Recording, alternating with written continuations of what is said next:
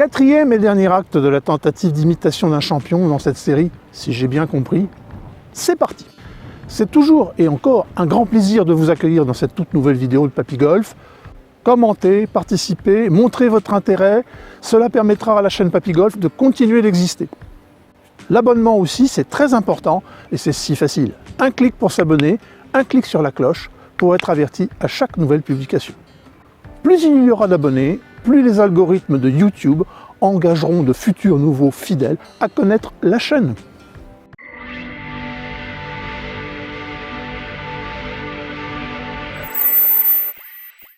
Comme annoncé dans la précédente vidéo, ce coup-ci, Papy Golf va essayer de vous convaincre que le modèle d'Adam Scott est le modèle par excellence qu'il faudrait essayer à copier, imiter ou au moins essayer de s'en approcher.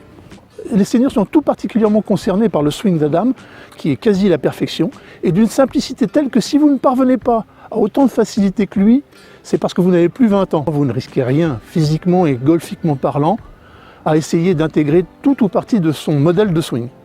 Même s'il peut y avoir des exceptions selon les dispositions naturelles de chacun, ce qui est parfaitement compréhensible. Malgré le fait que le thème de cette vidéo soit le swing d'Adam Scott, nous allons pourtant commencer par parler de deux autres golfeurs auparavant. D'abord, après avoir essayé de corriger ses défauts majeurs en comparaison du swing d'Ernie Els, où en est celui de Papy Golf, censé avoir fait des progrès. Voyons où j'en étais arrivé après les premières rectifications.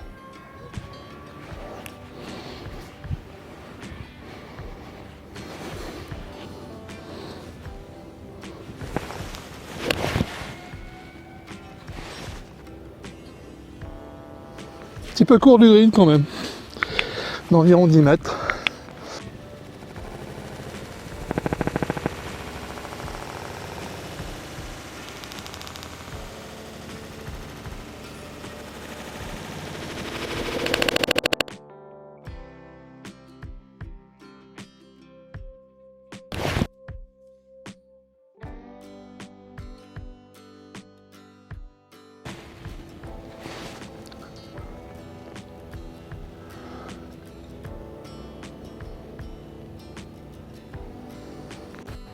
Ensuite, Papy Golf veut commencer par vous proposer de regarder rapidement comment Freddie Couples peut parvenir à effectuer son swing qui pourrait donner envie de l'imiter aussi. Il est totalement différent de celui d'Adam Scott en fait. Dans les deux cas, c'est leur geste naturel, celui qu'ils avaient quand ils ont débuté le golf. Pour Fred Couples, pas de professeur, pas de coach, il a tout développé de lui-même et son geste lui est parfaitement propre, une bonne piste pour tous les seniors. Jouer au golf selon ses capacités propres et naturelles, sans vouloir les contrarier. Fred Couples, 63 ans, a joué un phénoménal 60 durant le troisième et dernier tour du SAS Championship 2022 sur le Tour Senior professionnel américain, très récemment. Jadis surnommé Boom Boom, car réputé avoir une longueur de balle exceptionnelle en son temps, Fred a connu une carrière pleine de richesses. Il a remporté le Masters en 1992. Avant de voir le swing d'Adam Scott, jetons un bref regard au swing de Fred Couples. Pourquoi il n'est pas raisonnable ni envisageable de chercher à l'imiter en tant que tel. C'est un swing vraiment très personnel. It's all about the missed shots that you can save. I think he's gonna bomb this. Regardez bien ces quatre phases de la montée et de la descente de Freddie Couples. 1.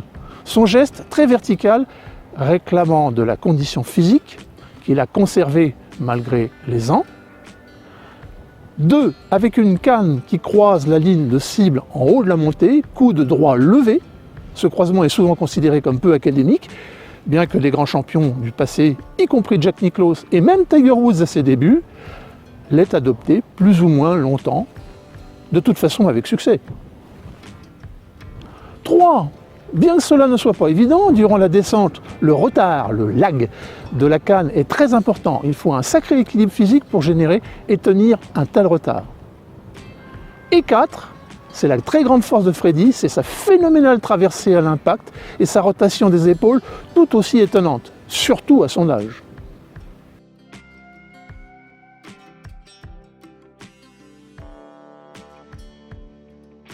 Au vu de ces considérations, désolé, intentionnellement et sauf exception très singulière, les golfeurs et golfeuses seniors n'ont aucune chance de parvenir à imiter ce superbe swing qui paraît si fluide et s'avère toujours aussi performant.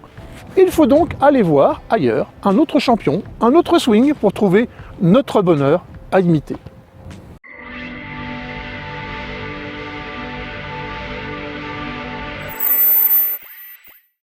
Adam Scott, 42 ans en 2022, 1m84. Ce n'est pas une montagne de muscles. Et pourtant, ce très sympathique golfeur australien est établi aux États-Unis depuis longtemps. Il a remporté le Masters en 2013 et aurait pu ajouter d'autres majors à son palmarès si son putting ne l'avait pas trahi si souvent. Son style est magnifique, fluide, élégant, un talent naturel fou, un swing de rêve, une longueur de balle parmi les plus importantes du circuit pro, en dépit d'un style absolument non forcé. Il présente toutes les caractéristiques du golfeur dont le swing est à montrer dans les écoles de golf. Et aucune facette de son geste n'est fondamentalement difficile à imiter, sauf, et c'est bien compréhensible, que sa condition physique, sa fluidité naturelle et sa vitesse ne peuvent plus être atteintes quand on commence à avoir un âge confirmé. Pourtant, c'est pour moi, Papy Golf, le modèle qui me paraît devoir être copié ou imité le plus possible, bien que mon propre swing naturel ressemble plus à celui de Fred Couples, à peu près. Même principe que dans les précédentes vidéos, le principe reste de comparer mon vilain swing à celui d'un champion, en l'occurrence celui d'Adam Scott. Voyons un peu de très près à quel point il me reste du chemin à faire. Papy Golf a fait des progrès, certes. Le début de son backswing est désormais moins à plat et sa rotation paraît plus marquée qu'auparavant. Oui, c'est pas mal. Toutefois, nous allons voir que je suis encore loin du compte. À première vue, on pourrait accorder une certaine ressemblance du début de swing de Papy Golf avec celui d'Adam. À première vue seulement. Il y a quand même près de 10 degrés d'écart dans la position du club par rapport à la verticale entre les deux joueurs. Ce qui n'est pas en soi bien grave, cela peut même n'avoir aucune espèce d'importance si cela ne traduisait pas des défauts du côté de Papy Golf. L'angle d'Adam semble parfait et surtout la marque d'un début de swing dynamique et particulièrement physique, logique à son âge et aussi preuve de son talent naturel immense. De son côté, Papy Golf garde un bon angle d'inclinaison et le V formé avec l'angle de l'axe de son club apparaît équilibré. Et le poignet gauche n'est plus cassé comme auparavant. Bien. Mais ça, c'est la montée. Et la montée seulement. Pourtant, la posture tonique d'Adam présente, c'est parfaitement clair, une inclinaison du haut du corps nettement plus physique, avec des muscles tendus, un corps vrillé, un ressort vertical en train de se bander, annonciateur d'un swing puissant.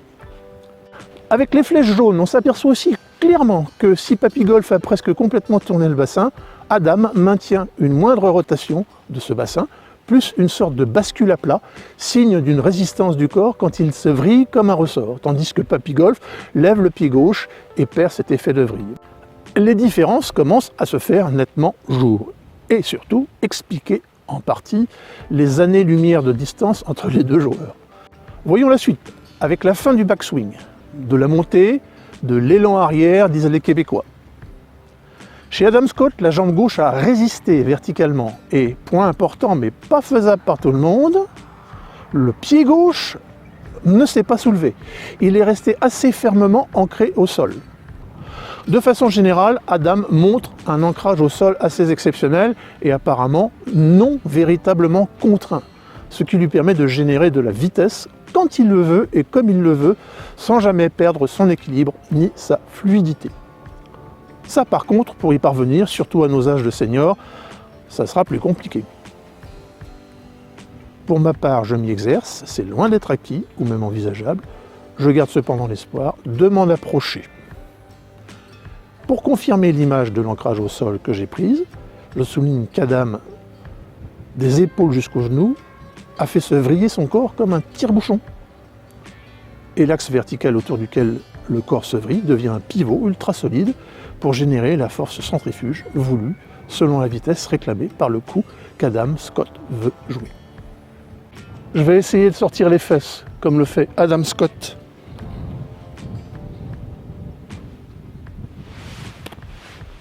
Pas simple. Pas simple du tout.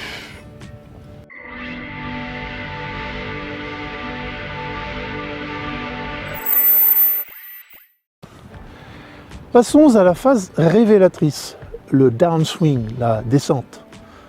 Ça se gâte pour Papy Golf, qui a perdu totalement le chemin du plan de swing qu'Ernie Els nous avait montré dans les vidéos précédentes, et qu'Adam Scott respecte aussi. Et ce n'est pas malheureusement le seul point qui ne colle plus, hélas. Par exemple, les angles sont inversés. Papy Golf semble vouloir forcer la descente vers le sol et casse les poignets, tandis qu'Adam tourne les hanches et laisse redescendre bras et club tomber jusqu'à ce que son bras gauche revienne à l'horizontale. Du coup, son angle n'a strictement pas changé. 27 degrés comme à la montée, tandis que celui de Papy Golf s'est réduit de moitié, passant de 36 degrés à 18 degrés. Mais l'action du bas du corps diffère complètement. Il suffit de comparer la rotation des hanches, l'une et l'autre n'ont rien à voir.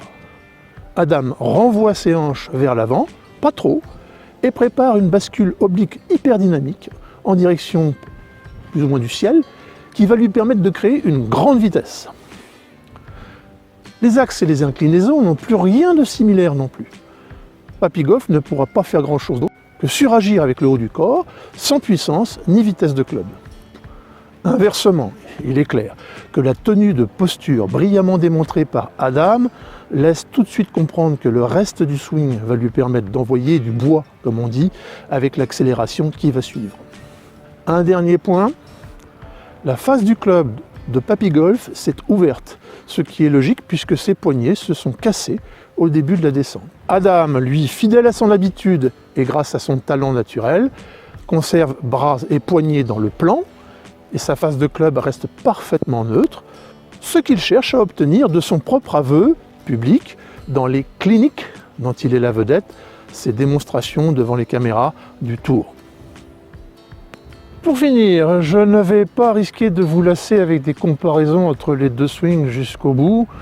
On aura compris l'essentiel de ce qui mérite d'être corrigé dans la première partie du swing de Papy Golf, qui va s'exercer à s'inspirer du geste d'Adam Scott dans les prochaines semaines. Dans les précédentes vidéos, j'ai, c'est vrai, insisté sur le fait que la partie du swing la plus importante, c'est l'arrivée sur la balle et l'impact jusqu'au finish. C'est évident, sous réserve que la partie initiale de la montée et début de la descente conditionne le reste. Et il n'est pas question de négliger ni la posture ni le backswing. Et il fallait bien en parler aussi pour comprendre le pourquoi un champion peut générer une grande vitesse, envoyer des missiles vers une cible déterminée avec une précision généralement plus grande que nous, les amateurs. Dans les images suivantes, regardez bien à quel point Adam engage son corps dans la traversée et le finish sans perdre la moindre miette de son équilibre. C'est cela exactement qu'on doit pouvoir tenter d'imiter, ou au moins de s'en inspirer pour tous nos coups, même avec un club ouvert comme un fer neuf par exemple. Enfin, c'est mon avis, j'ai essayé de le faire, quand ça marche, les coups sont un peu plus longs et la plupart du temps précis. Donc, à vous d'essayer aussi. Voilà qui conclut ma tentative de m'inspirer d'un swing de champion. Cela devrait porter ses fruits d'une façon ou d'une autre. Papy Golf baisse le rideau de sa chaîne pour 2022 avec l'arrivée de la saison froide. Je vais me concentrer à essayer de m'inspirer le plus possible du swing d'Adam pour progresser, sachant que mes dispositions physiques et les siennes sont manifestement bien différentes, ce qui est somme toute normal. Nous verrons d'ailleurs en 2023 qu'il faut parfois laisser parler ses propres capacités, à défaut lorsqu'on a envie de progresser. Également, et je vous engage à faire comme moi, mes 3 axes d'amélioration pour cet hiver sont dès maintenant fixés et je vais les suivre durant tous mes entraînements à venir. 1. La souplesse. 2. La vitesse. 3. La précision, qui sera mon thème principal pour les vidéos Papy Golf pour seniors de 2023. En cette fin de mois de novembre 2022 bien perturbé, permettez-moi de vous souhaiter de bonnes fêtes et bien évidemment le meilleur golf possible.